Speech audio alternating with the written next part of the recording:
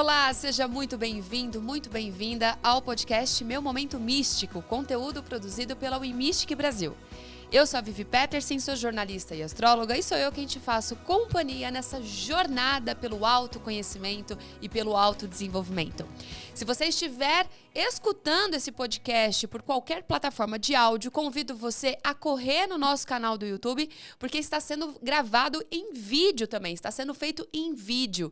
E em nossa companhia aqui a gente recebe até de forma online também, Luiz Mário. Tudo bem, Luiz? Olá, Vivi, tudo bom? É um prazer estar com você aqui hoje, para a gente entender um pouquinho, né, desse pensamento estoico. Mas antes eu vou te apresentar e aí você me diz se tá tudo certinho, tá bom? Maravilha. O Luiz é criador dos cursos mais completos sobre filosofia estoica em língua portuguesa. Já ensinou mais de 1.000 alunos a aplicar os ensinamentos milenares do estoicismo de maneira didática, prática e com foco em resultados. Luiz Mário é um dos maiores divulgadores do pensamento estoico no Brasil e atualmente vem ultrapassando fronteiras, com alunos da América Latina, da Europa e ensinando estratégias que possibilitam a implementação desses ensinamentos no dia a dia. Teve a sua vida mudada pela filosofia estoica e tem como propósito fazer com que mais pessoas também possam despertar o seu potencial através desses ensinamentos milenares. Filosofia estoica é um assunto que anda muito em alta, né, Luiz? O que você acha, para os leigos, antes de mais nada, o que seria a filosofia estoica? Boa pergunta, parece que é muito básica, mas não é. Porque a gente pode separar em dois estoicismos. Tem o estoicismo que é a filosofia, esse período helenístico da Grécia Antiga, que já tem mais de 2.300 anos de existência, e tem o estoicismo do senso comum, que é aquela visão do estoico como alguém muito duro para as emoções, muitas vezes confundindo com alguém que não tem emoções. Muito E essa... racional, você diria? Oi? Muito racional? Não diria que é muito racional. Até a gente vai chegar nesse ponto, né? A gente vai descobrir ao longo da conversa que uma coisa não exclui a outra. É muito pelo contrário, digamos assim, né? A racionalidade ela é uma chave essencial para o estoicismo ser uma filosofia tão eficiente quando se fala em gestão emocional, né? Mas o senso comum vê o estoico como alguém que não tem emoções, que é uma visão basicamente não só equivocada, como perigosa. Porque muitas pessoas procuram essa questão de não ter emoção como um adjetivo positivo, como algo bom. Na verdade, isso tem um revés, né? Hoje, graças à psicologia, nós sabemos muito bem, as neurociências, o fato de tu ofuscar as emoções, esconder as emoções, trazem vários transtornos que se manifestam ao longo da vivência do indivíduo. O estoicismo não fala sobre isso, né? Então, é bom a gente começar no pressuposto do que não é o estoicismo. Agora, o que o estoicismo é de fato? Uma filosofia milenar, surgiu na Grécia Antiga, por volta de mais ou menos 300 a.C., por um cara chamado Zenão de Cítio, que era fenício, não era grego, certo? E o Zenão de Cítio, ele desenvolve o estoicismo como um grande admirador de Sócrates e das filosofias socráticas, né? Ele pega esse conhecimento que já veio até ele de Sócrates, de Platão, de Aristóteles, e a partir daí eles criam, né, dentre as várias filosofias efervescentes que tinha nessa época, era uma época de grande efervescência filosófica, cultural na Grécia Antiga, junto com o epicurismo, com o ceticismo e outras filosofias importantes, ele cria o estoicismo como uma forma de aprofundar o conhecimento da vida ética humana numa busca de como ter uma vida boa. Basicamente, ele pega as questões de Sócrates e procura elevar essas questões, né, para um patamar ainda mais profundo. Perfeito. E quais são os princípios fundamentais do estoicismo? Bom, a filosofia estoica ela começa com 3 pilares, né, que é a lógica, a física e a ética. Então, para eles desenvolverem uma filosofia que faça sentido, como nós tanto admiramos no estoicismo, independentemente da época, porque a filosofia estoica ela valia para os romanos, valia para os gregos e vale hoje em dia. O que tem, né, de particular de uma filosofia que é atemporal? O que faz uma filosofia ser tão bem fundamentada ao ponto dela ser atemporal? É porque o estoicismo começa com uma lógica muito robusta. Então, a primeira preocupação dos estoicos é construir uma lógica forte para que eu possa interpretar o mundo, não através de, como diriam hoje em dia os psicólogos da TCC, não através de lentes embaçadas, mas que eu possa ver o mundo, os objetos do mundo, os acontecimentos, os eventos, pelo que eles realmente são, dissociado de julgamento distorcido, muitas vezes, de valor que nós fazemos automaticamente em relação às coisas. Então, a lógica foi o ponto de partida. Após a lógica, pôde-se estudar a física, ou seja, como a natureza funciona. A física aqui vem de physis, do grego, né, que quer dizer natureza. Então, entender como que a natureza funciona, porque essa natureza tem leis. Essas leis, elas têm um certo padrão. E a partir do momento que eu descubro, através de uma lógica robusta, como que a natureza funciona, quais são os padrões da natureza, aí sim eu posso constituir uma ética, ou seja, como eu posso me comportar nessa natureza para que eu possa ter uma vida boa. Então, o estoicismo surge de 3 pilares, que é a lógica, física e ética. A partir desses pilares, vem até nós aquilo que nós conhecemos mais, de certa forma, mais profundamente do estoicismo, que foi aquilo que chegou até nós com maior conteúdo, com maior material, que é a ética estoica. A física estoica nós perdemos muito, quase nada chegou até nós hoje em dia, só fragmentos. A lógica também chegou muito pouco, apesar de ser uma lógica realmente muito interessante, muito à frente do seu tempo, que foi resgatada agora com a parte da tecnologia da informação, certo? Mas é uma lógica realmente muito robusta, mas a ética é que chegou em peso para nós, através de Marco Aurélio, através de Sêneca, através de Epicteto, e principalmente Epicteto, ele nos trouxe alguns pilares importantes para o estoicismo. Que Marco Aurélio, como um bom aluno, alguém que leu Epicteto também, ele demonstra em Meditações, que é o seu livro aclamado, né, que tem recordes e mais recordes de vendas hoje em dia. Vou procurar muito Marco Aurélio para entender como pensava o imperador, que é um material fantástico, porque tu tem acesso a um material que são os pensamentos mais íntimos do imperador, do homem mais poderoso daquela época. Então, Marco Aurélio, como era um aluno de Epicteto, ele coloca ali alguns princípios. Quais princípios são esses, né? O estoicismo é uma filosofia baseada numa ética, conhecida como ética das virtudes. Então, a ética estoica se pauta por 4 virtudes cardeais, ou seja, 4 virtudes principais. Essas virtudes são a sabedoria, a coragem, a justiça e a moderação. A sabedoria para os estoicos, como filosofia, é amor pela sabedoria. A sabedoria ela acaba sendo, digamos que, a virtude basilar, fundamental para todo o resto. Então, todas as virtudes, elas descendem da sabedoria, elas necessitam da sabedoria para que elas possam ser propriamente aplicadas. Então, a coragem é a sabedoria aplicada na gestão dos medos. Já a justiça é a sabedoria aplicada para a vida em sociedade, para que eu possa usufruir de uma vida boa sem tirar o direito do outro, sem lesar as possibilidades de existência do outro. E a moderação, ela é a sabedoria aplicada na gestão dos desejos, para que eu não seja, na verdade, que nós muitas vezes, erroneamente, buscamos por liberdade, mais liberdade, e confundimos liberdade com fazer tudo aquilo que quisermos fazer. Os gregos antigos perceberam já que aquele que faz tudo o que quer é, na verdade, um escravo do desejo. Então, a moderação é uma virtude que nos habilita a usufruir daquilo que tem de bom no mundo sem sucumbir aos excessos, sem sucumbir aos prazeres imediatos que muitas vezes acabam nos privando de ter uma vida boa, porque a busca por prazeres imediatos incessante, ela tem um revés que é o oposto do que se procura. Com certeza. Quem procura um prazer imediato, ele procura o quê? O bem. Ele procura ter uma experiência positiva de vida. Só que, quanto mais ele busca por prazeres imediatos, de uma forma, digamos que, simplesmente pelo prazer em si, e não com um propósito. Com propósito, com valores, com virtudes, com base em algo mais. Esses prazeres acabam assumindo uma parcela importante na vida do indivíduo, inclusive norteando o indivíduo para que ele haja de acordo com os prazeres. O que acontece com a pessoa que ela acaba desenvolvendo um vício por drogas, por álcool, né, por prazeres, todo tipo de prazer? Uma pessoa que ela perdeu esse norte, né, em relação às virtudes que os gregos antigos tanto falavam, e acabou pautando uma vida, basicamente, em direção aos prazeres. E, Luiz, o estoicismo, ele valoriza muito a simplicidade, né? A moderação. E como que a gente incorpora esses valores num mundo cada vez mais exagerado, consumista? Como que a gente pode fazer essa incorporação? É claro que não é de uma vez, né? Como toda prática e toda jornada, a gente vai fazendo um pouquinho por dia, mas por onde começar?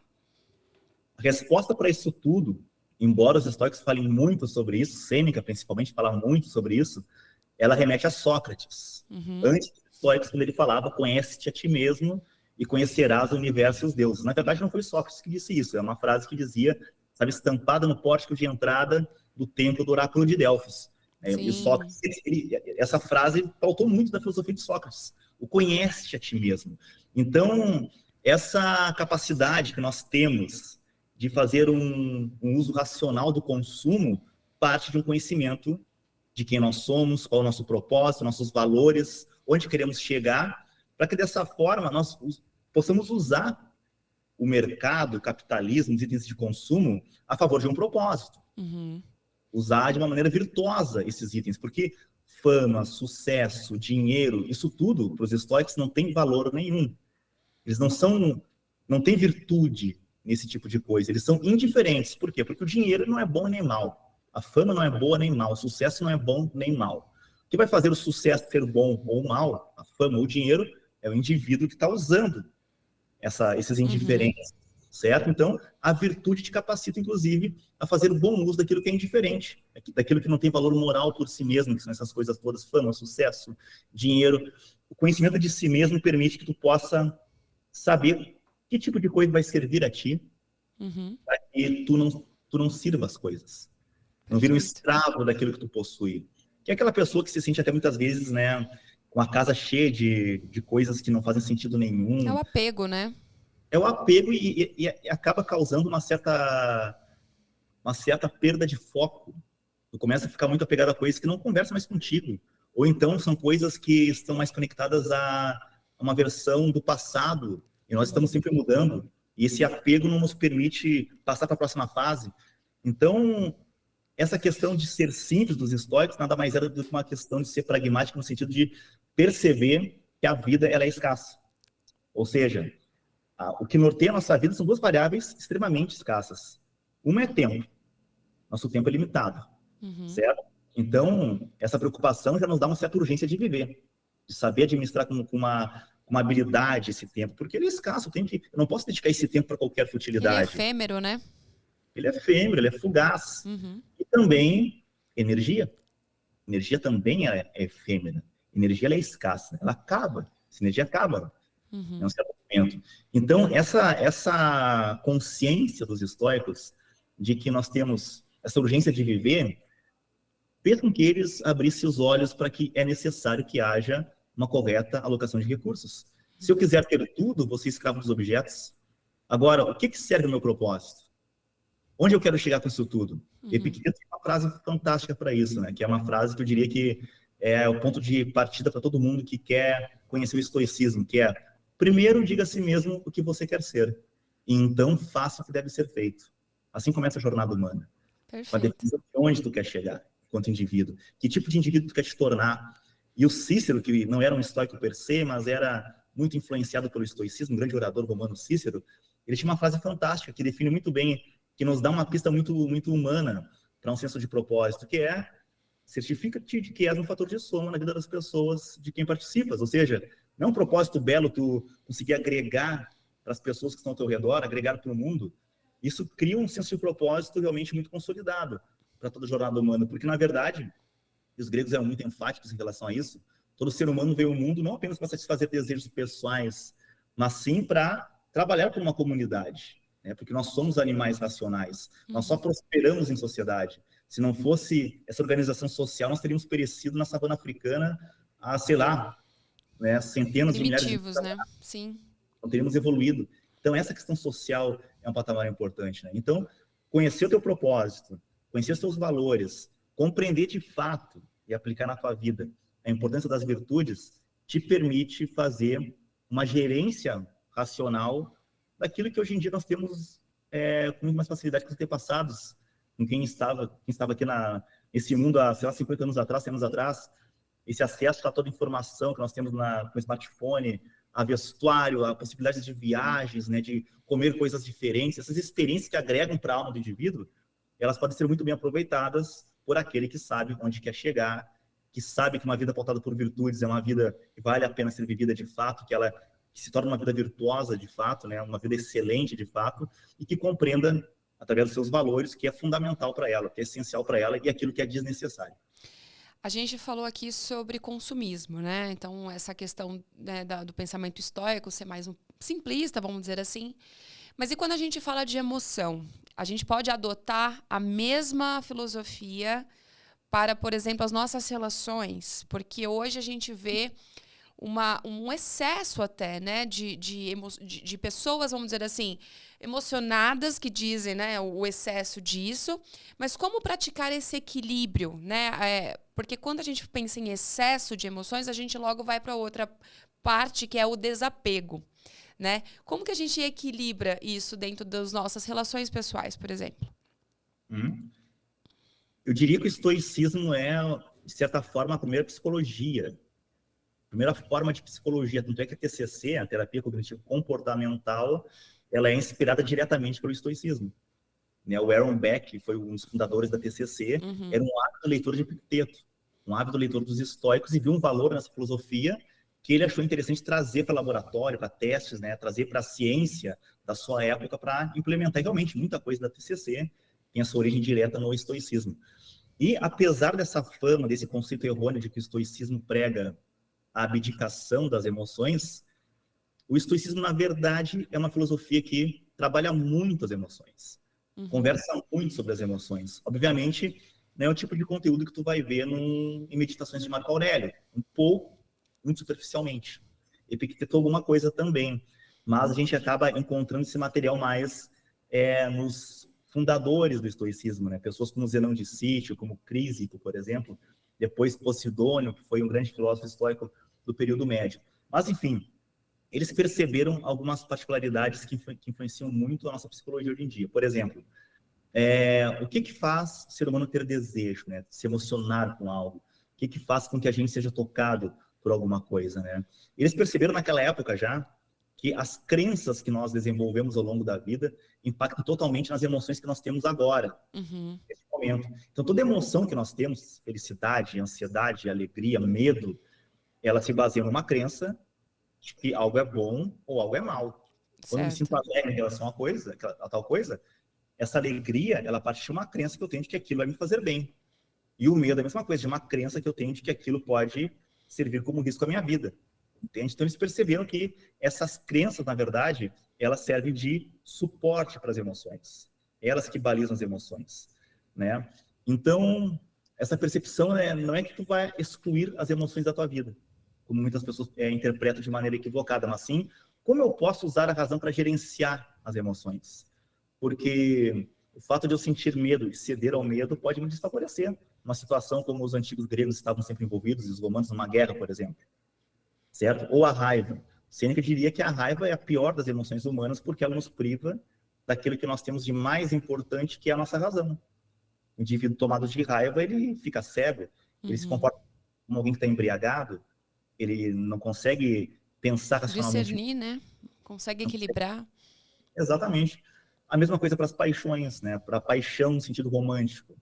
A paixão romântica, ela te priva, de certa forma, da razão, porque tu passa a enxergar o outro de uma maneira quase como se ele fosse um deus ou uma deusa. Isso toma, às vezes, dependendo da pessoa, toma proporção no resto da vida, né? E tem uma tendência muito grande à frustração, porque mais cedo ou mais tarde, tu vai perceber que tal pessoa não é uma deusa, ela tem várias falhas. Essas falhas vão começar a surgir, e aí começa a surgir, se não houver um equilíbrio, uma certa sabedoria na condução da relação, um desgaste. Porque a expectativa que tu tinha era muito alta em relação àquilo que aquela pessoa podia cumprir. Então, como diria o Aaron Beck, né, que foi um dos fundadores da TCC, nós passamos a enxergar um mundo com lentes embaçadas. O mundo está lá, do jeito que ele é. Quem está enxergando com as lentes embaçadas somos nós. Então, que a filosofia nos traz, o estoicismo nos traz a capacidade de tirar as lentes embaçadas, né, enxergar com lentes limpas o mundo e ver as coisas pelo que elas realmente são. Ou seja, tentar desprovir, tentar tirar dos objetos aquele juízo emocional de valor.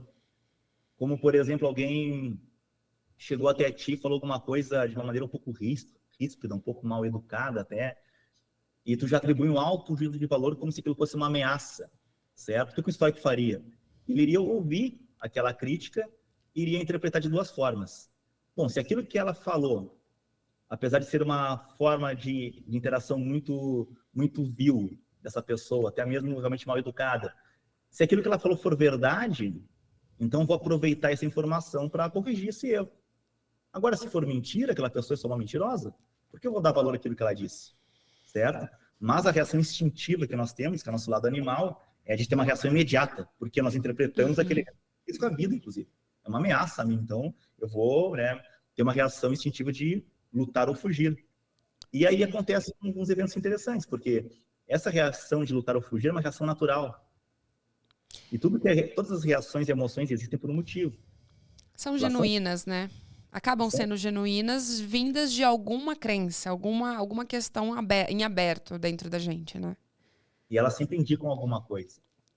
Uma coisa que está acontecendo na nossa forma de encarar o mundo, na narrativa interna que nós temos em relação às coisas. Só que, assim como essas reações automáticas são genuínas, nós temos uma coisa igualmente genuína, que é o uso da razão. Certo? E nós esquecemos da capacidade que nós temos de mediar essas emoções, ao invés de reagir simplesmente por impulso. Sim. E grande parte dos problemas da modernidade se deve ao fato de nós não mediarmos esse reflexo de um impulso, de um desejo, né, uma reação emocional, e simplesmente ceder ao impulso. Tem-se o impulso e se age automaticamente. Luiz, eu acredito muito que esses impulsos eles estão muito ligados também a, hoje em dia, acredito que pouquíssimas pessoas no mundo não são ansiosas. Então, a ansiedade, ela é uma questão, né? E aí, como que a gente começa a aplicar, né, a filosofia estoica, principalmente nessa questão do equilíbrio entre você meio que sair de fora do problema, analisar de fora e tomar a melhor decisão. Para uma pessoa hoje que é ansiosa ou que possui outras questões, né, comportamentais aí no cotidiano, como que a gente pode aplicar? A gente sempre parte de um pressuposto aqui, que é o autoconhecimento. Certo? E o número 2, além do autoconhecimento, é a prática. Um estoico dizia, os estoicos diziam, assim como seus colegas helenísticos, epicuristas, céticos, assim por diante, que a filosofia é algo que se vive. De nada adianta ler os livros, ter uma coleção gigantesca. Se não colocar em prática, né?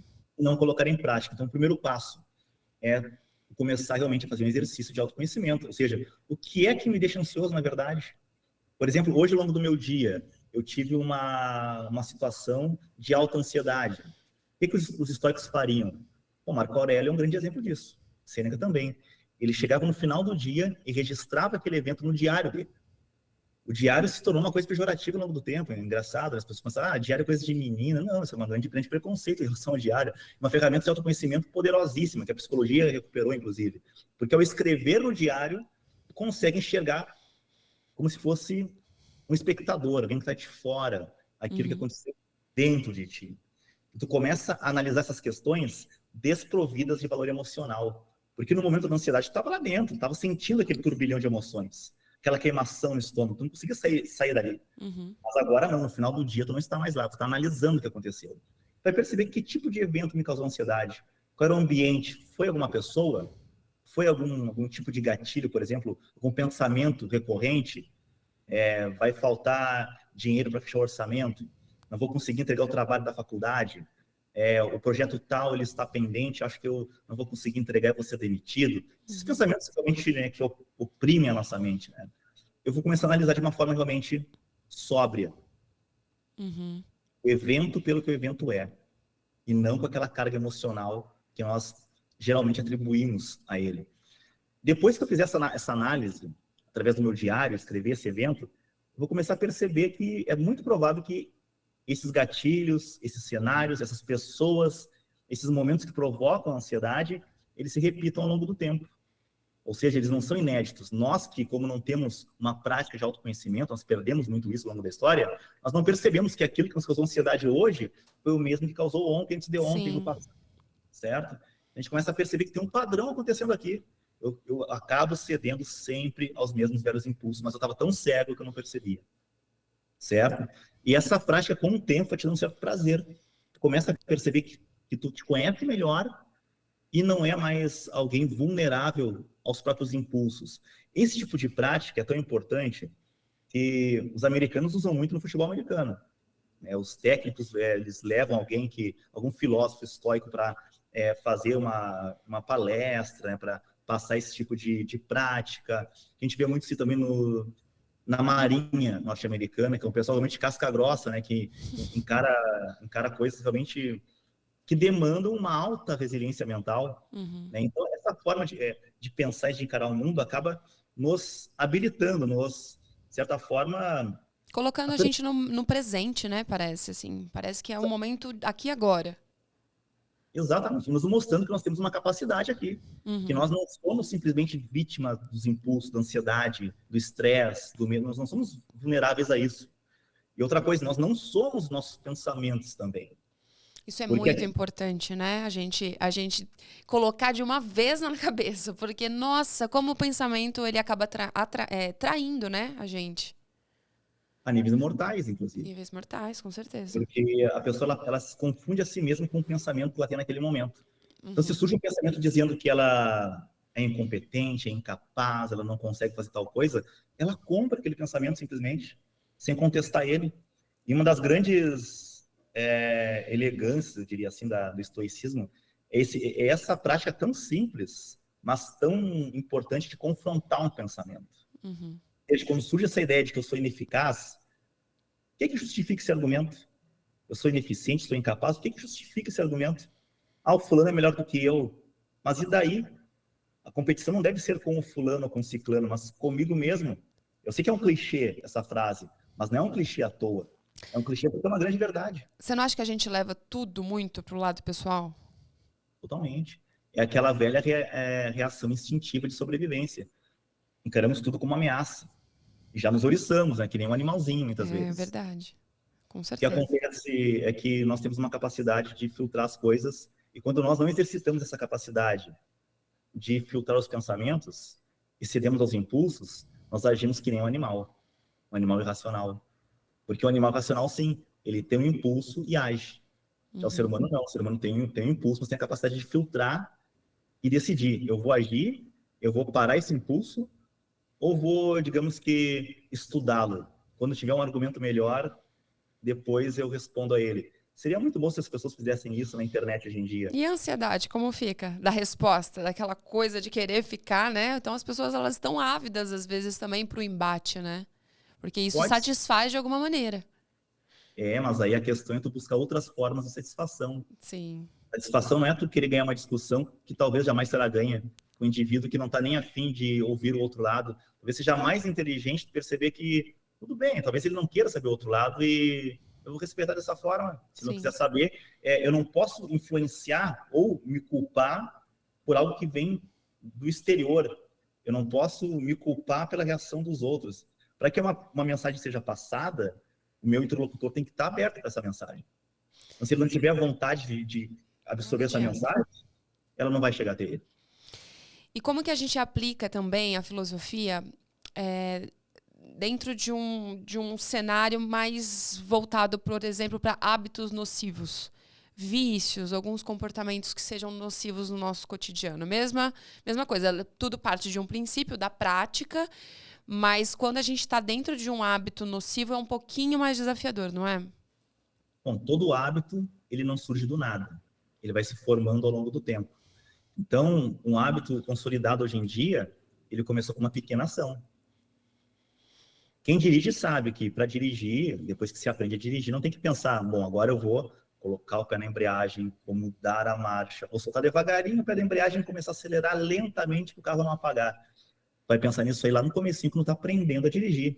Depois tu consolida um hábito. Depois que tu criou o hábito, tu nem pensa. O que é um hábito? É um comportamento automático que o nosso cérebro automatiza para não ter que gastar mais energia naquilo. Então, o nosso cérebro, muito sagazmente, ele sabe que tais comportamentos ele usa com frequência, o que ele faz? Ele automatiza. E que gera algum tipo de prazer também, não? Ou é útil, ou prazer, ou é algo... Algum benefício, né? Benefício, ou não, né? O prazer, ele acaba confundindo muitas vezes que tem um benefício. O benefício dentro daquilo que ele considera, de repente, ali uma dopamina, alguma coisa nisso, né? Dentro do sistema de crença do indivíduo, daquilo que é bom. Exato. que muitas vezes analisamos aquilo que é bom com um julgamento equivocado, né? Que é o caso dos vícios, basicamente. Mas esse hábito, ele não surge do nada. Então, o que Epicteto dizia? É que todo hábito, ele começa a partir do dia 1. Todo hábito começa pequeno. Então, se tu quer começar a ler, o que tu vai fazer? Tu não vai ler 50 páginas por dia. Tu vai ler uma página, talvez 5, 15 minutinhos, está ótimo. Com consistência, tu vai começando a ler. Mas o problema, eu acho que é a curiosidade da maioria das pessoas, é o que eu faço depois que eu desenvolvi um mau hábito. Porque esses maus hábitos nós desenvolvemos graças à nossa inconsciência, de não estarmos atentos ao que fazemos, de não questionarmos os nossos hábitos no longo prazo. Tomar uma cerveja é bom, né? Então vou tomar hoje, vou tomar amanhã também, aí eu saio da faculdade, tomo outra, aí quando vê daqui a um tempo tu não consegue parar de tomar cerveja porque tu criou aquele hábito, e quando não acontece aquele evento, tu sente falta dele. Ou te habituou àquilo. Mas como eu posso mudar, então? Bom, eu sei que eu tenho maus hábitos. Eu sei que eu bebo, eu sei que eu fumo, eu sei que eu procrastino. Aí Epicteto também respondia, né? E vemos aqui uma influência direta de Aristóteles, inclusive, que a gente não consegue acabar com um mau hábito. Nós podemos substituir esse mau hábito por um bom hábito. É assim que se acaba com o mau hábito. Por exemplo, se eu sou fumante, tabagista, né, que eu não consigo ficar um dia sem fumar cigarro, consigo ficar uma hora sem fumar cigarro, o que eu posso fazer? Começar a correr. A corrida é o hábito oposto ao tabagismo. O que eu vou pegar? Vou pegar o hábito oposto àquele mau hábito. Com o tempo, vou começar a sentir outro tipo de prazer, que é aquela liberação aquela descarga bioquímica no nosso corpo, que faz tão bem para praticar um esporte, certo? Eu começo a perceber que me faz bem correr, eu começo a gostar, eu percebo que eu saio para correr pela manhã, eu passo o dia muito bem, como eu não passava antes, e ao longo do tempo eu percebo que o cigarro, ele começa a atrapalhar na minha corrida.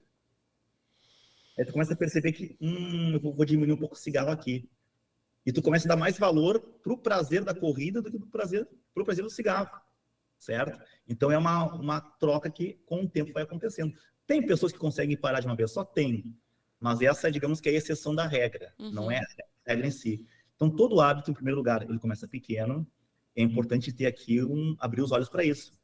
Porque uma coisa que parece nociva, é só aqui, só agora, só uma vez. Pode crescer, né? Sem proporções. Pode crescer com o tempo. E Epicteto dizia de forma mais enfática, toda vez que tu cede a um hábito, esse hábito ganha mais força. E o hábito oposto perde força também. Todo dia que, hoje eu não vou ler, né? Hoje eu vou ver TV, vou fazer outra coisa lá, esse hábito ele perde força.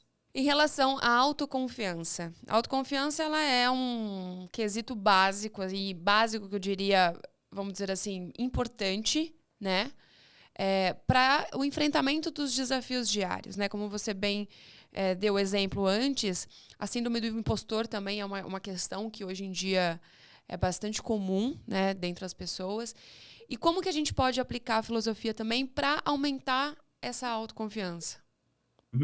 Bom, a autoconfiança, ela é, digamos que, filha da eficácia, né? Da autoeficácia. Ou seja, quando a Viviane começa um podcast, ela começa a se sentir bem fazendo esse podcast, começa a ver que ela faz bem esse tipo de atividade, começa a perceber que, nossa, eu faço algo bem, isso te traz confiança.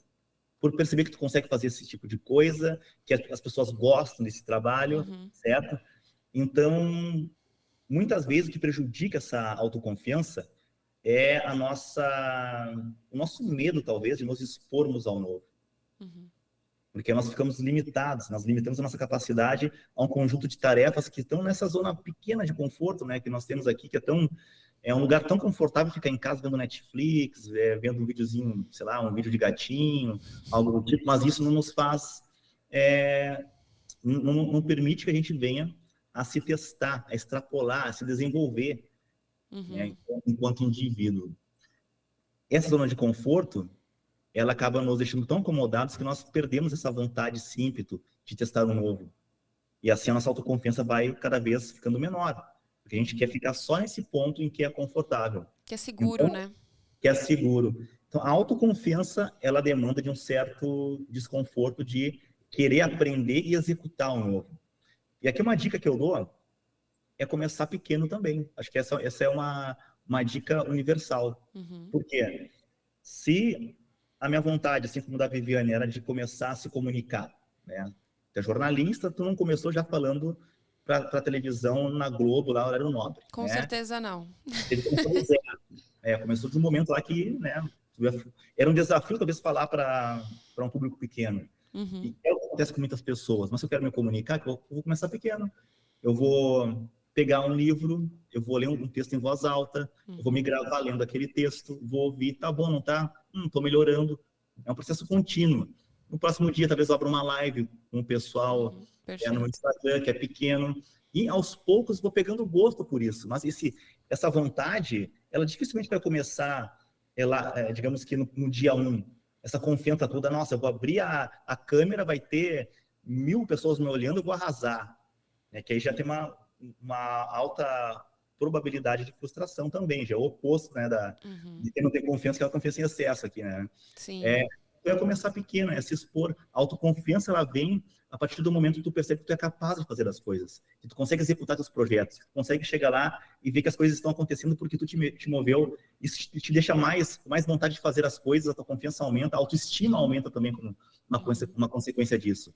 Porém, é sempre importante ter em mente que isso tudo não acontece por inércia. Isso não acontece automaticamente. Tem que ter movimento, né, Luiz? Demanda uma força interna. Tem que ter movimento. Porque a inércia, já diziam os gregos lá antigamente, 2.500 anos atrás, antes dos históricos, inclusive, a inércia, ela leva na direção do que eles chamavam de via mortis, os latinos, né? Em direção à morte. Para que haja vida, tem que ter uma força, tem que ter um impulso, né? Que é o que vai fazer com que a vida aconteça. Isso acontece com a nossa vida pessoal. Se eu quero que a minha vida aconteça, que ela desabroche, eu tenho que ser um motor para isso, eu tenho que impulsionar essa vida. Eu tenho que me mexer, eu tenho que me expor ao desconforto. As pessoas pensam que, nossa, ser estoico é querer sofrer. Não é querer sofrer. É uma noção que ela faz parte da vida como um todo. Se nós não nos submetermos a um mínimo de desconforto, a nossa vida para. Trava. As coisas não acontecem. E a autoconfiança, ela vem desse desafio. E também aqui vai um ensinamento estoico importante, né? Marco Aurélio dizia que o obstáculo torna-se o caminho. O que isso quer dizer? Talvez as pessoas me ouçam falar isso aqui agora, que vale a pena se expor ao desconforto, e pensem que, maravilha, vou me expor, tudo vai acontecer magicamente. Não é assim também que acontece. Vai expor ao desconforto, vai sofrer um pouco, vai quebrar um pouco a cara, mas aqui tem uma coisa que é importante saber. Tu não é especial por isso. Todo mundo passou por isso. Todo mundo que alcançou alguma coisa passou por isso. O quebrar a cara significa ganhar experiência. E nós temos muito medo do erro. Nós nos culpamos quando erramos. Mas o erro é importantíssimo. O erro é informação. É estratégico. Ou seja, quando eu erro, eu passo a perceber que aquilo que eu fiz não me leva para o caminho que eu quero chegar. Então, aquele caminho é descartado. Vou seguir outros caminhos. É informação estratégica o erro. E aquele erro te habilita também a saber, a entender como tu pode melhorar naquele quesito, para poder seguir melhor em frente. Certo? Isso me lembra, e aí é o que eu queria... Você até me deu o gancho aqui para entrar justamente nesse assunto, que é a mania que a gente tem de querer controlar tudo e todos. Né? Nós temos, e a gente sofre por isso, porque a gente projeta coisas, coloca expectativa nas situações, nas pessoas, como uma forma até mesmo de controle. Então, eu quero que aquela pessoa haja ou sinta exatamente a mesma coisa que eu estou sentindo. A reciprocidade, ela tem que ser ali, ó, 50-50, o meu trabalho, ou situações de amizade, familiares, e não, a gente não controla tudo, né? Você falou aqui que as coisas são como são. E eu queria entender como que a gente pode, na prática, entender isso de uma vez, né? Colocar isso e entender que não, nada está sob controle, né? A não ser nós mesmos. Perfeito. Isso aí é um conceito muito arraigado do estoicismo, chamado de dicotomia do controle. Eles separavam o mundo em duas frentes, dois frontes. Aquilo que está sob o nosso controle e aquilo que não está sob o nosso controle. Basicamente, se a gente for resumir bem criteriosamente, só que nós podemos controlar são as nossas ações. Nem os nossos pensamentos nós controlamos. Você falar isso para um ansioso dá até um negócio, né? Exato. Mas talvez não. Talvez ajude a diminuir a ansiedade. Pode ser. Porque quando tu percebe que tu não pode influenciar o comportamento do outro, tu não pode influenciar em como a economia vai se comportar. Tu não vai influenciar nas guerras do mundo. Infelizmente não, né? Nós não temos esse poder. Nem na política. Então, nem nos sentimentos dos outros também, né? Muito menos. Muito menos. Então tu vai perceber que aquelas coisas que tu acaba assumindo a culpa por elas, na verdade, não são dignas do teu sentimento de culpa. Sim. Então, pelo contrário, tu até pode te sentir culpado, apesar de eu não recomendar isso aí, por aquilo que tu faz. Por que eu não recomendo? Porque se sentir culpado não resolve nada.